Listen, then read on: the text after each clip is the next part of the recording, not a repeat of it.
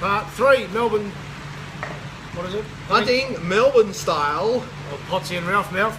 I'm going to have a look at race by race snapshot of Caulfield review overall, and I've got Vince Carty's daily sectionals data here. Potts, I don't know if you noticed this with the walking, but there was a definite slower section. We've touched on this previous shows, 600 to 400 metre mark. It was definitely a slower part of that track, and I think that's what disadvantaged leaders on the day as an overview. Yep, I have noticed that. There is just a slight, And I think it's ever so slight, but because of winter. yeah, Because we've said that with Mooney Valley and Yep. Sandland. That's what we think. All right, first race. Thank God for this, because afterwards it was pretty dry for me, but I smashed. Put my foot on the throat of Lone Eagle. And just got the money. What did you make of this race? well, to be honest, I thought that Flemington Feed race was the race, and the winner would come out of that race. And unfortunately, we didn't really get to see what Royal Phoenix could offer, because he was galloped on and badly injured in the run. So, but on face value, I didn't. Even though I priced Lone Eagle probably longer than I should have. I priced him 380, right, and saved on him. Eagle Cry would have been a huge result for me. Right. And I backed the three of them anyway. I mean, the reason I was a little bit hard on Lone Eagle, and so you know, it's the subtle differences, and then you took the avenue that he was flat second up. Yes. I took the avenue that he was a mid-price runner, and he was obviously wound right up to run well at Sandown. Yes. And he was unlikely to improve much off that. Now, in the end, he didn't need to. He pretty much maxed that effort, and The result was probably halfway between both our thoughts. yeah, So it's just got there from Evil Cry, who will probably go close next start. Not a stable I tend to get overly excited about. So before we move on, I just want to have a quick comment about the track. Oh yeah, It's sorry. overall all the track. I walked it on Thursday and Friday. Yeah. Okay, and that 5 mils of rain and the frost Yep. on race morning really freshened up the track, and it opened up the verti drains that had really fully recovered when I walked on Thursday. Like, you couldn't find them, but just that moisture going through the track and everything else really put a lot more test in the track. So it really did move the rating from what would have been closer to a 3 to on the other side of a 4, I think, overall. And I think that explains why a lot of the races, where they seem to have possibly gone quicker in the first half than the second half. The horses were really being fully tested in the last 200 metres of the race. Yeah.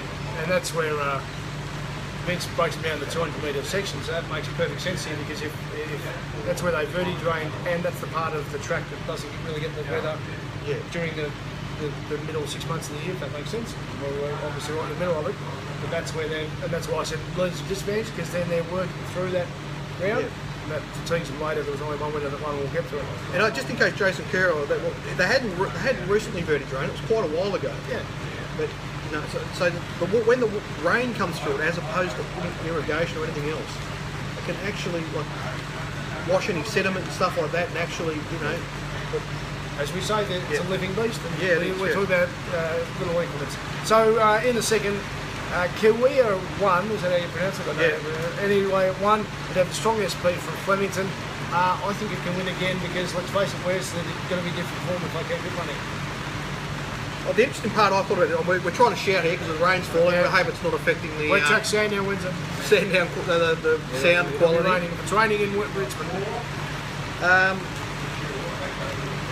It was hard to map either Kira or the Kent horse further forward than midfield without a change of tactics announcement. Yes. I think there might have been one for the Kent horse, I can't remember, but they certainly had the blinkers on, so it sort of... Yeah. But I was surprised to see Kia outside the lead, and I hate change of tactics announcements anyway, and I think fair play to the Weird team for reading the play here and sending this horse forward. And Jordan Childs, who does that. Jordan Childs, but there certainly wasn't an announcement, so... I think there's a 2400 coming up, and All Out of Love was flat as a shit cart as a Flemington off the brutal Caulfield run, so it could be the one, if there's one to beat Kiwa. All Out of Love might make it interesting at 2400. No, I didn't like that race, sorry, I didn't mean to cut. I believe you were finished. I didn't really like that race. I thought the two favourites were a bit short. I thought they were the most likely winners. We were similar. I went to a left field and I have a bet. We're getting wet. We're going to hurry up, Potts. I liked Atlantic Fox, and unfortunately, to to my subscribers, it paraded as bad as they can parade, and I don't think it should have backed up. There we go. The third race on the program, well, Coldstone won. He'd been coming off brutal speeds, so back off a fairly fast speed, and perfectly ridden by Bo. And meanwhile, Cosmic Lights were zigging when it should have zagged, but they were legless late here. Yes, in this case, Bo zigged and didn't zag. Yes. Unfortunately, on Bacalo, he zagged and he should have zigged. Yes. Anyway, that's racing. That's racing. Race 4 on the program, Unique Lovely.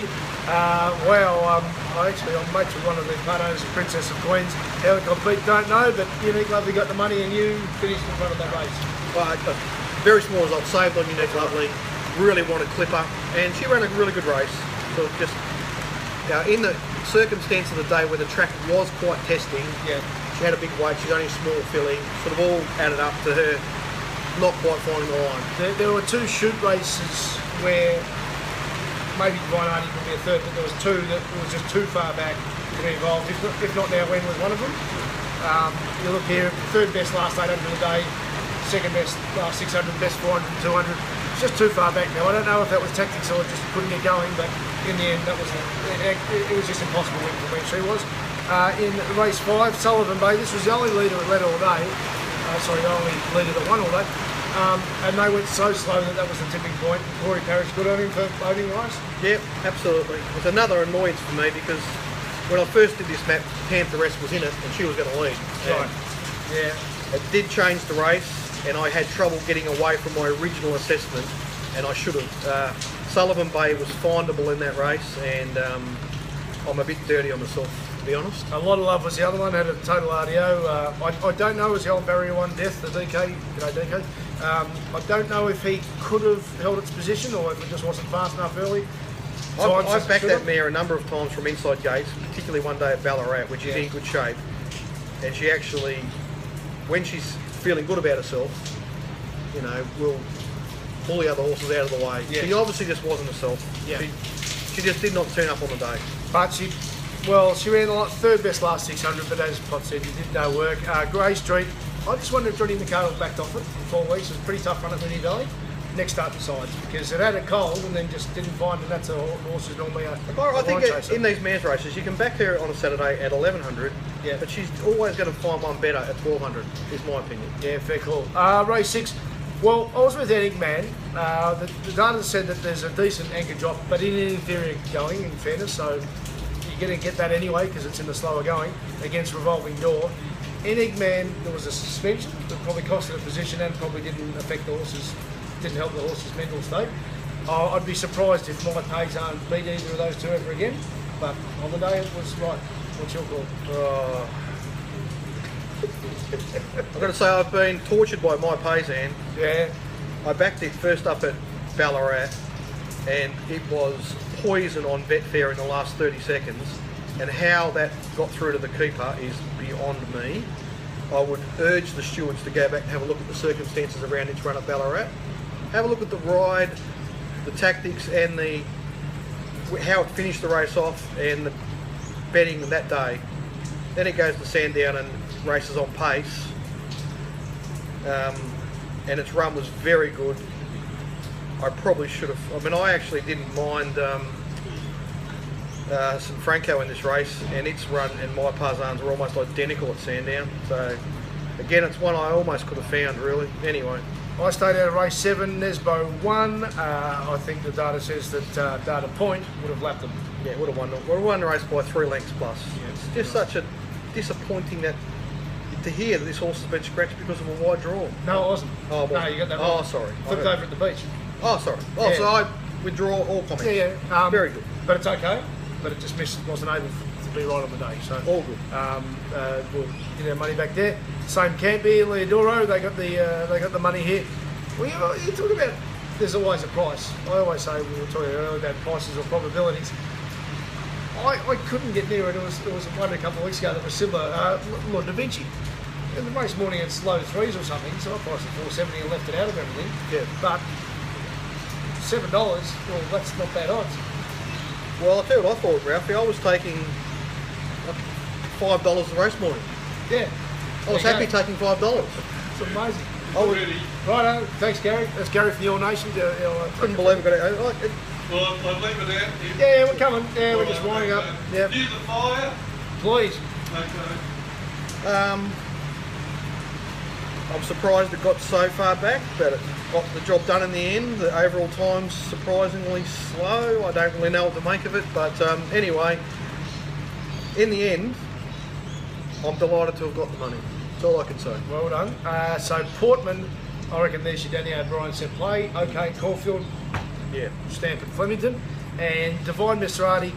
And No, again, Anthony Robert D. Moore there. He obviously sensed that the horse wasn't quite fit enough yes, to go round the That's first Portman, up yep. and on Portman, and he cut the corner, and he got within 3/4 of a length of winning the race, which was a terrific effort. I reckon Divine Miserati is a senior jockey's horse. And that is not criticising Randy Sopko. I'll criticise if I want to, but I don't know. My sense is, Ralph, if the track had have been as it was on Thursday before it got freshened up, I think Divine Mr. Rady would have been in the finish. I think that the extra test first up, Yes. it was very hard for horses first up on that track. Like, I don't think there's any. Nesbo's the only one in a god awful race. And it's a wet tracker. Yeah. And in the last, this was actually a race because they went real brutal speed. Poor Longeron. Hooks, let it have a sleep. Extraordinary. It's just got 6 races in a row at brutal tempo. But at least you got nowhere to hide in the fast races, as we often say. On Picarlo, I was walling. Fancy finding Bo Mertens get the wrong spot, but he did.